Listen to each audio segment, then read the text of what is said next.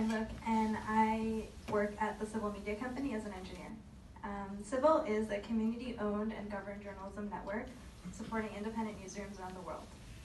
We need to understand these journalists and the problems they face, and so we asked the following question to Cornell Tech. How might we help journalists in other parts of the world facing challenges from censorship to personal safety?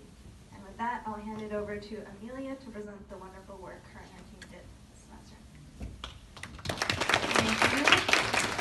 Thank you, Anna. I'm Amelia Wellers. I'm in the MBA program here. Together with my teammates Noel, Manuel, and Sameng, we make up the FLAIR team. And so I'm happy to explain to you the work that our team did this semester. 81 journalists have been killed in this year alone. And you're probably all aware of the case of Jamal Khashoggi, whose murder has been all over the headlines. But you're probably not aware of the hundreds of other journalists who have not had their stories told. And so, for example, you have Pat and Jose, two Mexican journalists who were killed just this past summer after reporting on Mexican government and crime. And they are two of 8 journalists who have been killed this year, 42 journalists who have been killed since 2012, hundreds who have been attacked, and thousands who have been threatened. And so our team realized that we had the resources that we needed to start focusing on this particular problem of personal safety for Mexican journalists. So we went straight to the experts. We were able to interview over a dozen industry research journalists, and we interviewed everyone from Dan, who's the head of communications at Google Jigsaw, all the way to Emmanuel, who is an undercover investigative journalist who had reported on Mexican drug cartels.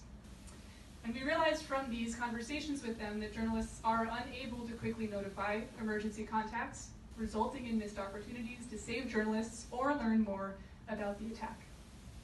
Which led us to develop a wearable panic button that quickly communicates a GPS signal and a pre-written message to these journalists, or from a journalist to their emergency contacts via a mobile app. So this is the first version of our product. It's just a bandage with a force-sensitive resistor underneath it. This is our experiment. You can see that's the bandage underneath with haptic feedback that allows the user to know when it's been pressed. We learned a lot from these experiments, mostly that we made it a little too discreet and people weren't able to find it underneath their clothing. And so we needed to make sure that it had a hardboard in the 3D case to make sure that they could find it, and also to provide multiple wearable locations. So you're probably thinking it's just a button. It is just a button, but we were surprised to find how many buttons there are in the market that are not specifically designed for journalists who are constantly in danger. We wanted to design something that was discreet for journalists so that they wouldn't blow their cover when they're reporting, something that is intuitive so that they would be able to use it in scenarios of high fear or high stress, and also versatile so that they could use it for multiple scenarios while also responding specifically to the journalist's touch. So before I show you the demo, this is the whole gist. You get the app device and download the app from the App Store. Then add your contacts and a pre-written message. So in the case of when you need to press the button, it will automatically be sent out via Bluetooth through your mobile phone, the GPS location and the message that you want to send to your emergency contacts.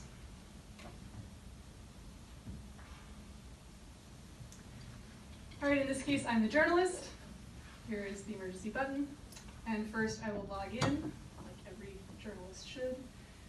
This is also going to be available for demo outside, so I'm happy to share a little bit more about this. Next, they pair the device with the button and calibrate specifically to the journalist's touch. And then the next step is to enter the journalist's emergency contact. In this case, it's our teammate Manuel, who's appropriately currently in Mexico. And then add their numbers. You have an opportunity to add multiple emergency contacts if you'd like to. We'll skip right to the next stage of adding the message that you would want to be sent to these contacts. And in this case, a journalist is threatened with a dangerous plastic knife, presses the button, and the emergency message is then sent via the app to the emergency contact in addition to their GPS coordinates.